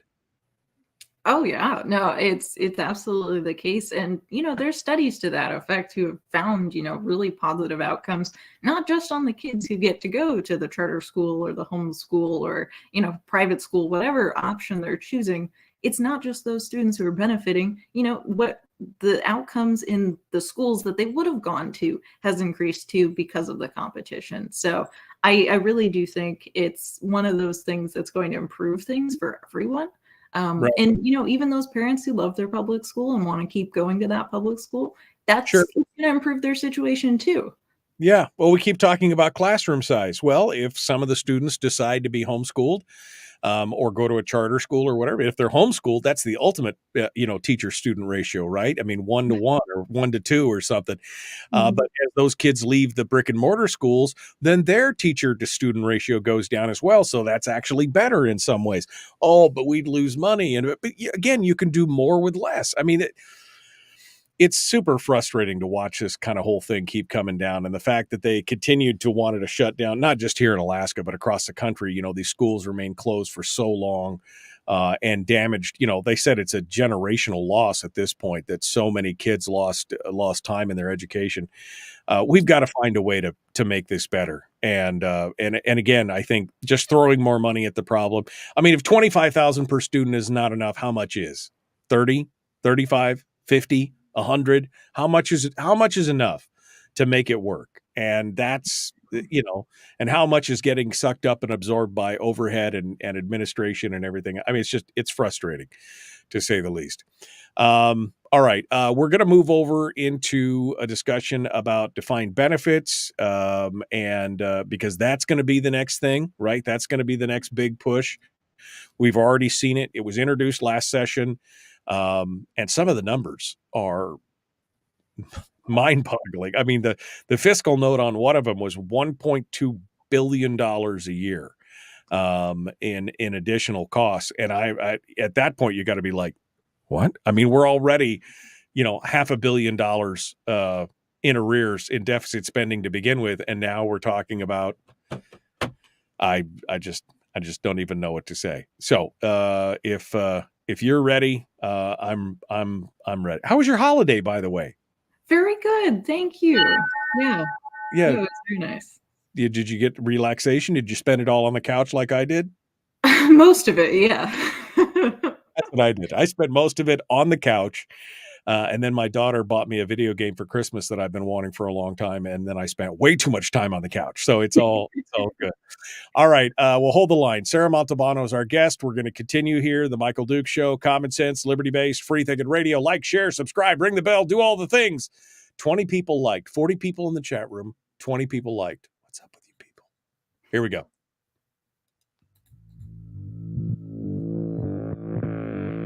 Public enema number one. Oh, wait, sorry. Public enemy number one, which makes more sense. On the other hand, he's a little bit of a pain in the Michael Duke Show. I don't think I am. Sarah, do you think I'm a pain in the, I mean, I don't see that. No, Maybe. I don't think so. Unless you're against me, in which case I'm a true pain in your. Anyway, Sarah Montalbano is our guest. She is the policy manager for Alaska Policy Forum. Now we're diving into new stuff. Sarah's been on education with us so many times. Now we're diving into some other things. The other big thing, so there's like 2 or 3 big issues that are going to be coming out of this session. Education, obviously, is the one. The other one we know is coming is this movement to try and take us back to defined benefits for state employees. Now, just for backstory for folks who don't know, we were on defined benefits for many years. And at one point, we were $13 billion in arrears in unfunded liabilities to that pension fund. And at that point, the legislature decided to move from a defined benefits to a defined contribution, more of a 401k style plan. And people have been upset about that for a long time because a defined benefits plan is a real gravy train plan. I mean, the government pays for everything. We're constitutionally mandated. We still owe $6 billion in unfunded liability to the first time we were in defined benefits. But now there's been a hue and cry to move us back. There was a bill introduced last session in both the House and the Senate. And the price tag on those bills $1+ billion a year moving forward, not to mention what the unfunded liability might look like. Sarah, give us your thoughts on defined benefits and this push to move us back. I think move the needle back. But what are your thoughts? What is AFP's position on this? We are really concerned about the costs to the state on this, and we've done some research with the Pension Integrity Project at the Reason Foundation, and they've found enormous costs, and they're not convinced that it's going to help any recruitment or retention issues. What we tend to see here, first of all, let me give you the numbers. Let's back up. This defined benefit pension you already mentioned, we're already $6 billion in the hole. And there's a couple bills, SB 11, that they examined, and they said that could add $9.2 billion because of their clawback provisions, not per year, but to future state budgets. SB 88 would add about $8.6 billion. And so all of these things, I think there's a really rosy, optimistic assumptions about the discount rate. They're assuming a rate of return that's higher than pretty much any other state pension plan assumes, which I think just probably is not going to happen because we might be heading into, some economic downturns. Who really knows? But the fact that they're saying that this is going to be, cost neutral and things like that, that's just not really true. And then moving on to the recruitment and retention issues, it's just not going to fix those problems, because what we're seeing is a younger generation of workers come into the workforce. Millennials and Gen Z, like myself, we're just not going to stay in the same job for 20 or 30 years. Like, the workforce has fundamentally changed. And when we make assumptions looking back and saying, well, these Gen Xers on the defined benefit plan, they were staying for a very long time, and now we're seeing shorter tenures. Like, of course, that is what's going to happen when your demographics are changing for state employees. Well, and there's a taste change to that too, because it's just, I was doing some reading here last year, not about retirements or state budgets or anything else, but they were talking about specifically just about employees across the country. And they were talking about Gen Z and millennials changing jobs up to a dozen times in their lifetimes. It wasn't just, nobody was just going to find a career track and be like, I'm going to be in this job for 25 years. That's my goal. That may have been the goal of the boomers and of Gen X and things like that. But for the most part, that's just not how the new cadre, the new generations are thinking. And by the way, this whole problem with retention and everything, like teachers especially, they're having a problem across the country. This is not a uniquely Alaska problem where Alaska can go, oh, we can fix it. Oh, we just got to, no, this is a problem across the nation right now. And to say that just by doing this will fix our problem, I think is naive at best and cynical at worst. Oh, I agree completely. And I think there's only so much you can do to change the incentives that younger workers actually have. And, the Reason Foundation has cited a couple of really high quality sources. So I encourage you all to go to our website and check that out. But, the basic gist of it is that these early career employees aren't thinking a lot about retirement benefits. It's way more important to them to have things like, salary growth and a really good health insurance plan than it is for them to be thinking about retirement, down the line in 30 years. So I think just looking at the revealed preferences of employees show that this is not as important to them as, this discussion is making it sound like.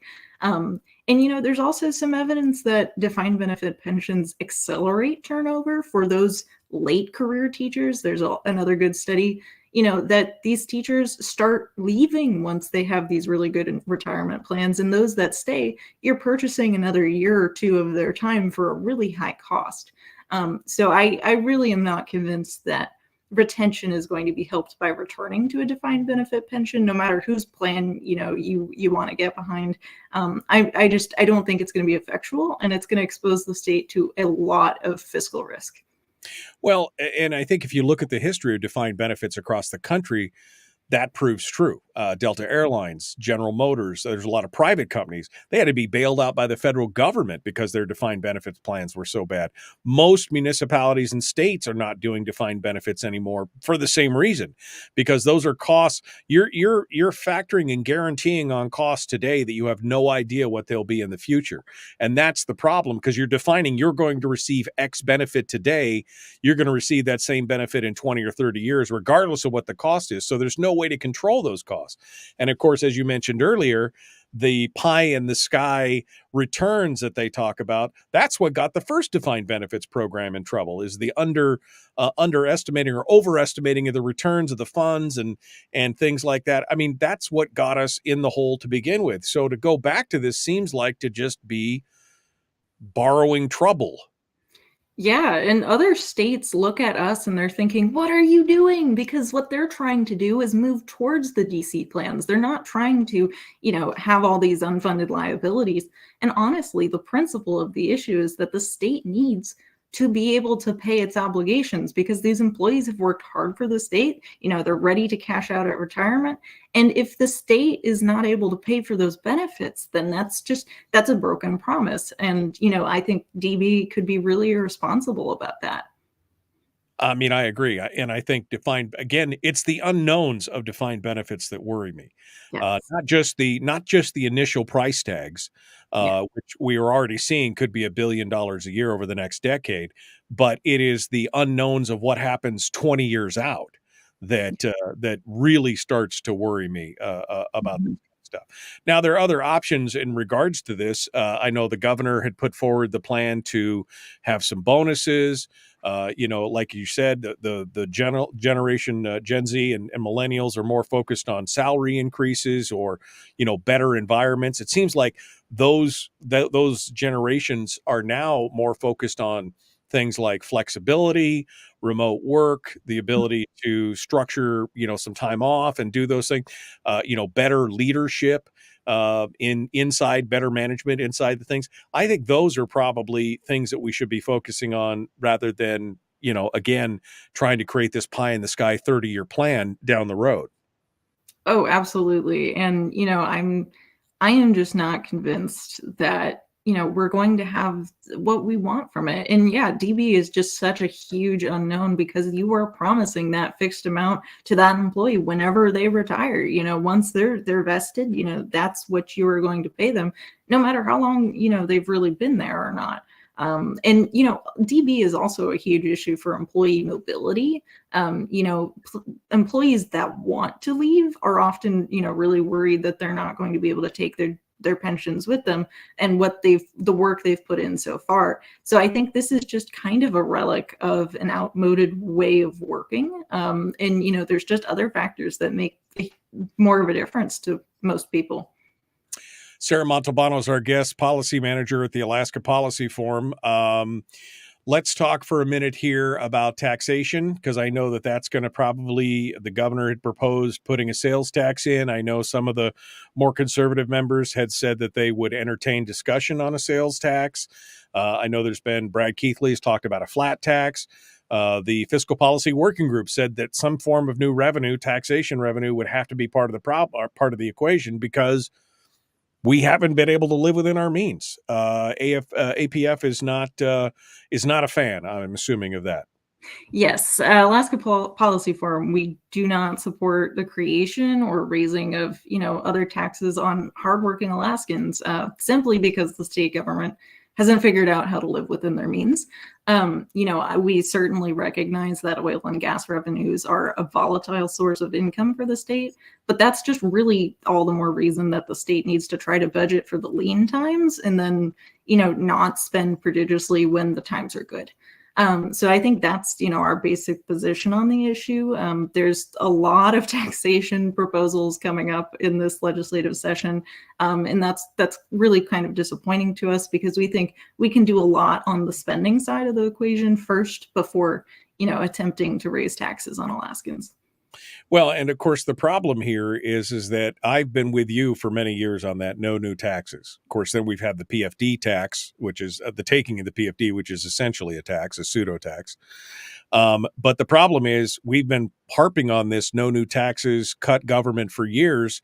I mean, I've been talking about this for 25 years, 24, almost 25 years. And yet we cannot find the political will to cut. So the question becomes, then what do? We just give up all of the PFD, have all that be taxed, and then we'll be faced with revenue. I mean, that's my question. If we don't do something, what's going to happen? Interesting. Yeah. So first of all, we don't really comment on the permanent fund dividend. So I'm going to avoid that side of the question. But I do think, there's things we can do to try to actually get the spending stuff to happen. Actually having a meaningful spending cap would go a long way. The spending cap we have in our Constitution is just so high that it doesn't make a difference. So budgeting that way makes a lot of sense. Having a budget that really only adjusts for population growth and inflation would be a good thing too, like our responsible Alaska budget formula. Also trying to propel economic growth in the state, I think will bring in, more of that income, maybe from the oil and gas producers or, corporate taxes, and things like that. So, we're enthused about the interest there is in cutting corporate tax rates. Alaska has one of the most complicated corporate tax systems. I think it has the most number of brackets, and it's one of the highest marginal tax rates too. So if we simplify that, that's going to promote economic growth, and we will have some research forthcoming on that. I do think it's a tricky question, but it is one that I'm concerned about opening the door to new taxes, because we are going to have the implementation is going to be a lot harder than it is for legislators in future years to say, okay, let's up the points, right? Percentage points. That's always the worry. Yeah. You go through all the setup, you spend all the money putting the departments together, do everything else. Oh, it's a really low tax, and it's really easy for them to say, oh, let's turn it from 2 to 3. Oh, let's turn it from 3 to 6. Oh, let's turn it from 6 to 9. It makes it easier for them to get access to more money. I agree with that, and I understand that. Mm-hmm. We got to go here. We're going to come back with more. Sarah Montalbano is our guest, The Michael Duke Show. Common Sense Radio.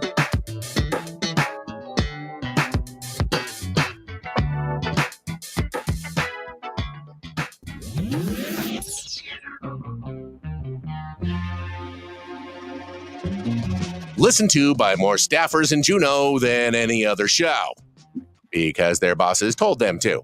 And after what they just heard, oh man, they're going to be pissed. You're a bad, bad man. The Michael Duke Show. Sarah Montalbano, our guest here in the chat room. When we come back, we're going to talk a little bit about some other things, occupational licensing and other stuff, which is one of my favorite topics, actually. You wouldn't know it, really? But that's actually one of my favorite. Yeah, no, I get so irritated. You mean I got to beg? I got to beg permission from the king to do what I want to do to support my family? Oh, you. I mean, I'm sorry. It's just, I'm sorry. So I'm just, sorry. I get a little irate about that. Somebody had a question about education, web, social. I'm looking for the comment. I should have started when it went by, but school competition. There we are. Somebody wanted to say, have Sarah comment on. I took note of it. What was it? It was something about web and social issues, secure web and social issues. Social emotional learning. Here we go. Kim Bates says, can you talk about the web social security issue with educators? Okay. So that's what it was. It was Social Security, because educators don't pay into Social Security. And then somebody else asked later, can we get them reinstated into Social Security as a way to help with their retirement, et cetera, et cetera. So any comment on that? We haven't taken a solid position on that one. I don't think it's a good idea because I personally don't think Social Security is going to be around much longer or going to be in the same form. And I think a lot of teachers and, everyone should really prefer to handle their own retirement and put it in their own private investments first. I really do think people will be responsible with their own money. And you have that incentive. Social Security is a Ponzi scheme. So I don't personally think that's a good idea or something that, teachers should be excited about. Yeah. No, I mean, Social Security is set to run out of money the year before I retire at this point, and I'm just like, I don't think I'm going to get anything at this point. I'm going to be screwed and tattooed. I wish I'd had all that money that I put into Social Security that I could have directed myself. I mean, quite honestly, the money that I and my employers put into Social Security, just think about what I would have been able to do with that money if I had opted instead to take that money and put it into something with a 3% return or 4% return over the entire course of my life.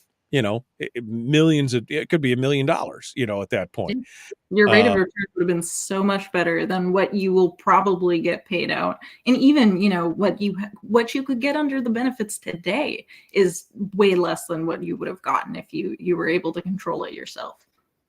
Yeah. And that's what I don't understand. I mean, that people would rather have a sure thing.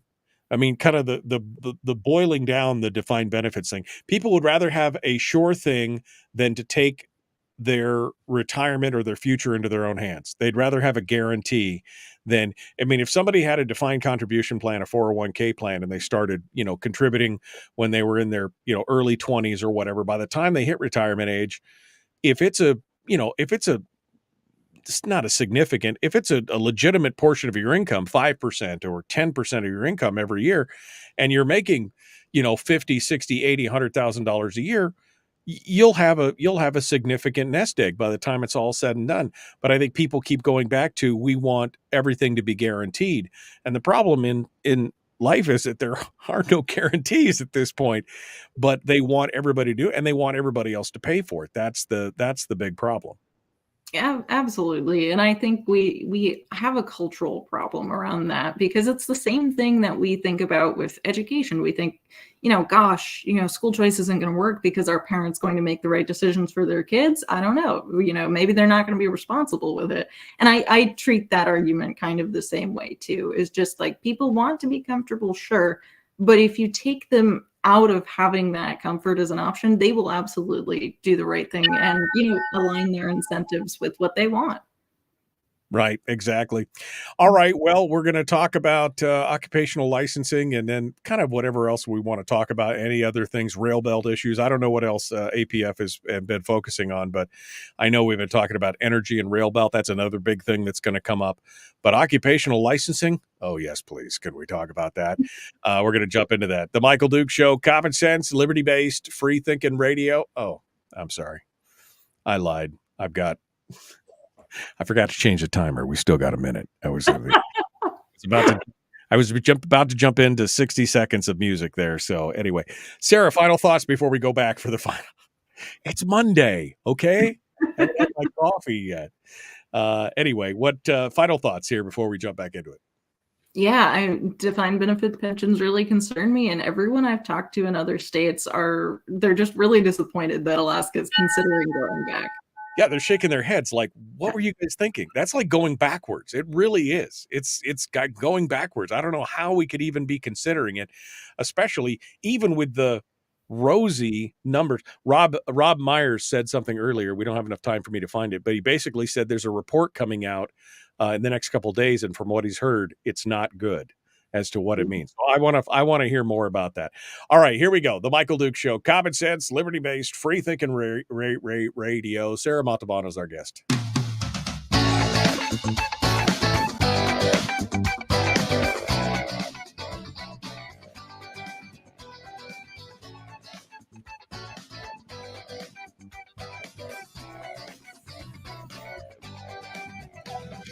Okay.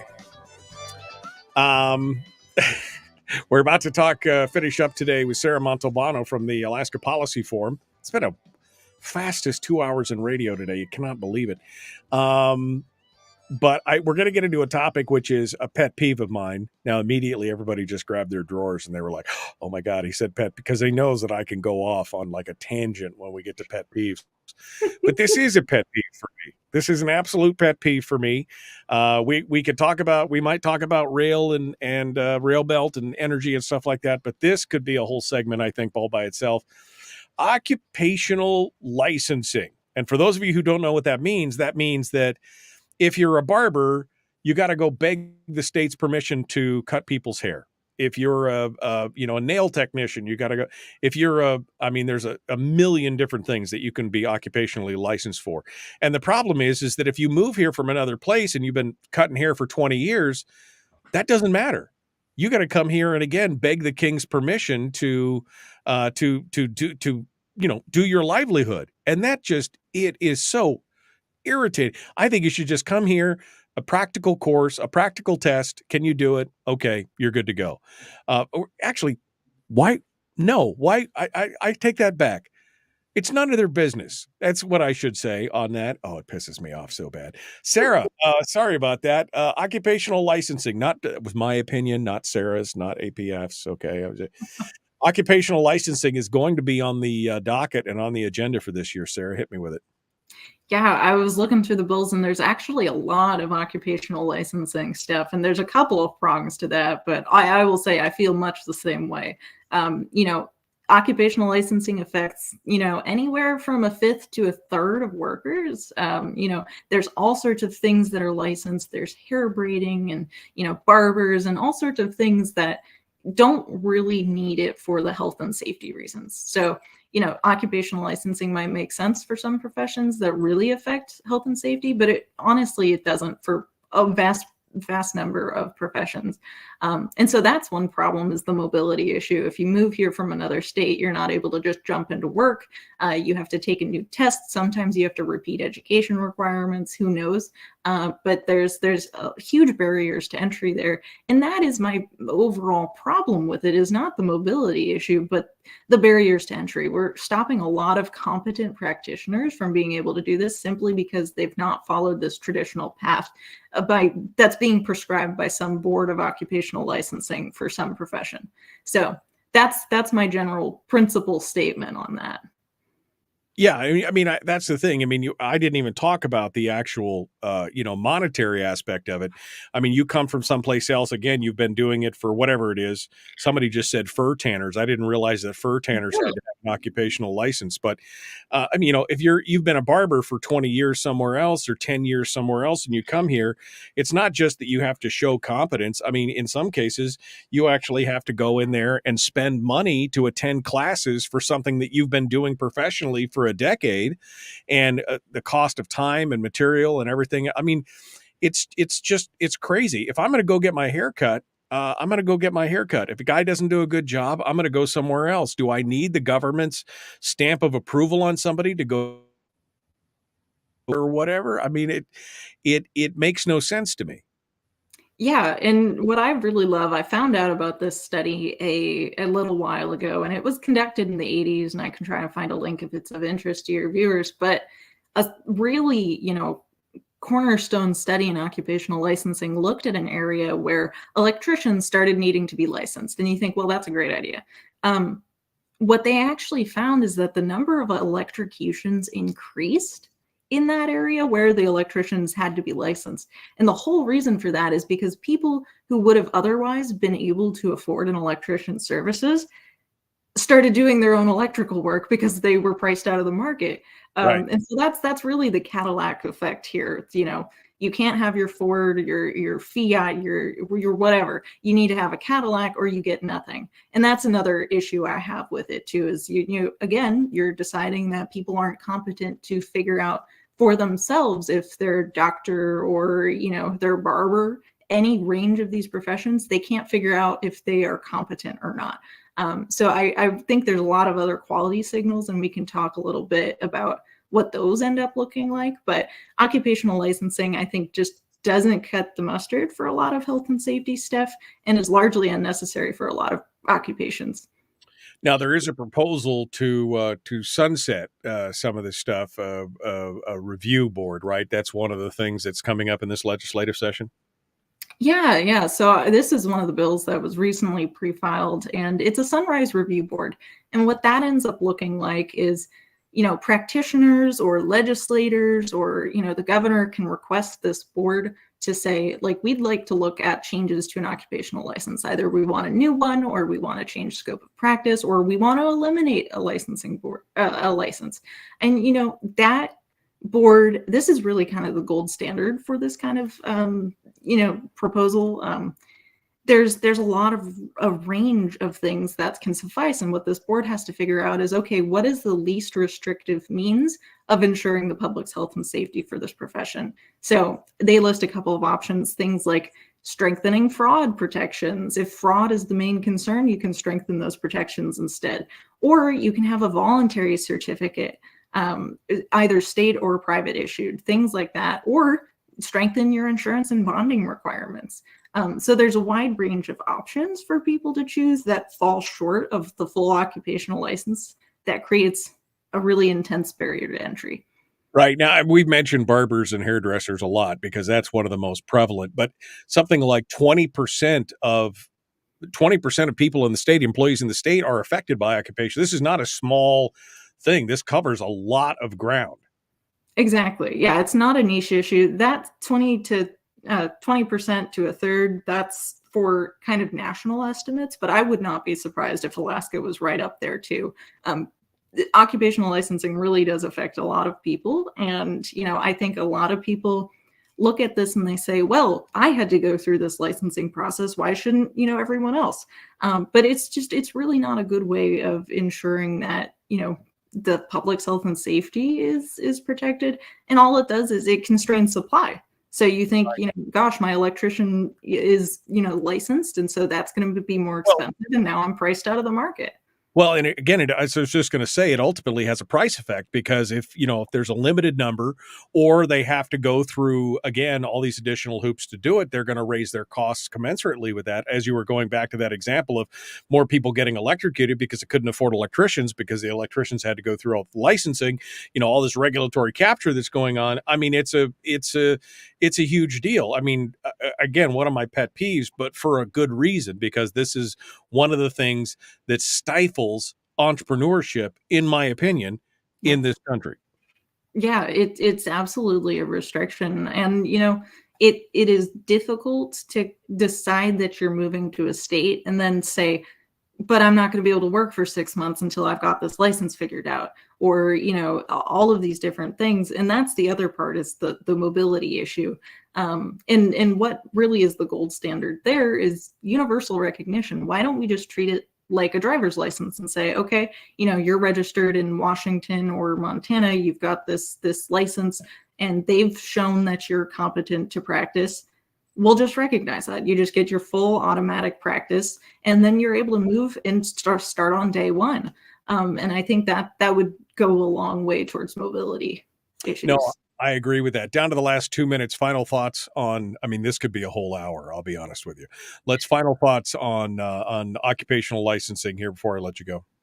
I would love to talk for a full hour about it. It's one of the things I wonk out about. There's a lot of proposals. There's always a couple to, create a new occupational license. So the details escape me there. Again, the Sunrise Review Board is a really promising thing to have some interest in. And the other things are nurse licensure compacts. There's always a couple bills about that. Compacts are good, but universal recognition is better. So I would really encourage people to look at these things carefully, because these are the kind of things that fly under the radar in a lot of policy making. Right. Well, and sunset commissions or sunrise commissions, they're across the country. We just need to join the herd to basically say, is this a good idea? Is this a bad idea? What should we do? I think it's a great thing. So again, maybe we should have you back on just to talk about occupational licensing sometime in the near future. Montalbano Mondays has got a nice ring to it. Sarah Montalbano from the Alaska Policy Forum. Sarah, thank you so much for coming on board and joining us this morning. As always, it's great to see you. All right, Hold the line. Don't go anywhere. Not going to let you out that easy. We're going to be back. The Michael Duke Show tomorrow. Brad Keithley, Chris Story. Be kind. Love one another. Live well. The Michael Duke Show.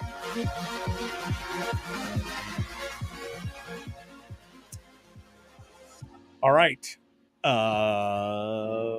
You get the floor. Final thoughts on any of the things that we talked about today.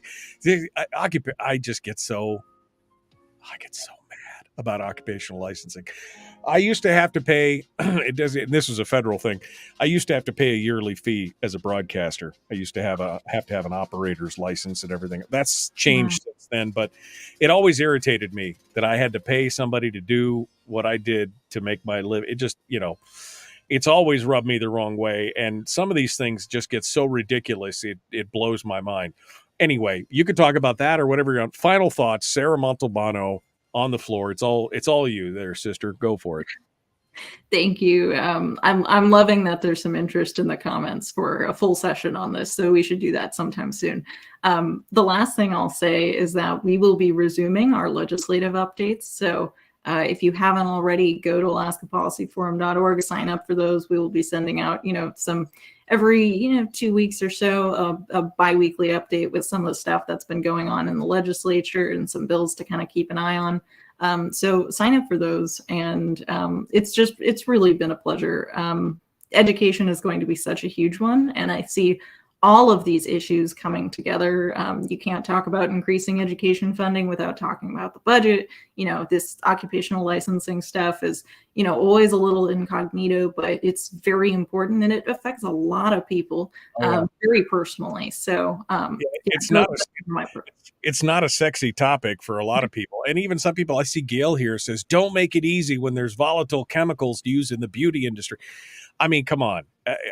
I just, as much as I respect you on something like that, I'm like, if I go to some place and they burn my hair when they were doing highlights or they're dyeing my hair, I'm not going back to that. Those people will not remain in business. People are going to get the education they need. They don't need government to go in and give them a stamp of approval because, well, we already know the governmental stamp of approval is hardly worth the paper it's written on to begin with. There's already other ways to deal with that, and that shouldn't be one of them. Oh, yeah. The first thing you do when you're trying to find a new place is not look up whether they're, registered or certified with the state. You're looking at Google reviews. You're looking at the experiences that other people have had there. So I think the internet also does a lot to signal quality. Well, definitely in this day and age, I mean, today with the technology, yeah, I don't know as you need a government stamp of approval for anything because the public will tell you pretty much what somebody does and whether or not they're good or bad. And as you said, liability, bonding, insurance, those kind of things, all those things could be used as a way to protect people in that regard. We don't need a governmental stamp of approval on everything that we do. It just doesn't, we're just giving them more and more power every day in that regard, which we shouldn't. So anyway, hi, Sarah. Thanks for coming on board there, darling. Appreciate it. And it's always good to see you. And who knows, maybe a week or two from now, we could talk about occupational licensing. Yeah, that would be exciting. We've got some experts too on our side that if you're sick of hearing from me, we can introduce you to. Well, I know we've had this conversation once before with somebody from Reason. I can't remember who it was. I think it was Jacob Sullivan. But we're gonna keep talking about this for sure. It's a big deal. So, All right. Well, thanks, Sarah. Appreciate it. It's good to see you, hon. Thanks for coming on board. Yeah, I appreciate it. All right. Thank you so much, Sarah Montalbano, our guest. The Michael Duke Show, common sense, liberty-based, free-thinking radio. Whew, man, that was fast. We'll see you guys tomorrow. Have a great day. Be kind. Love one another. Live well.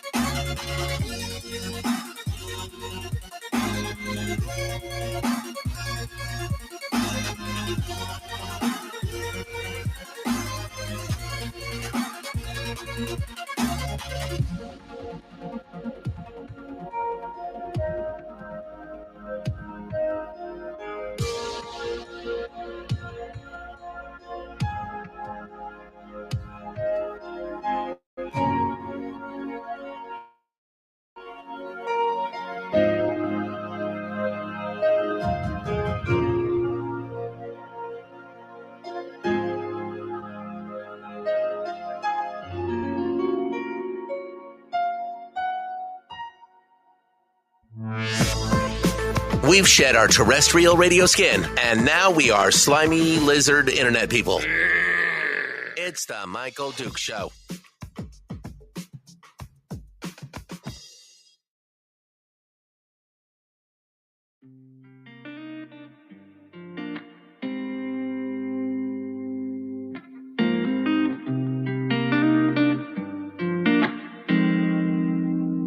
Comment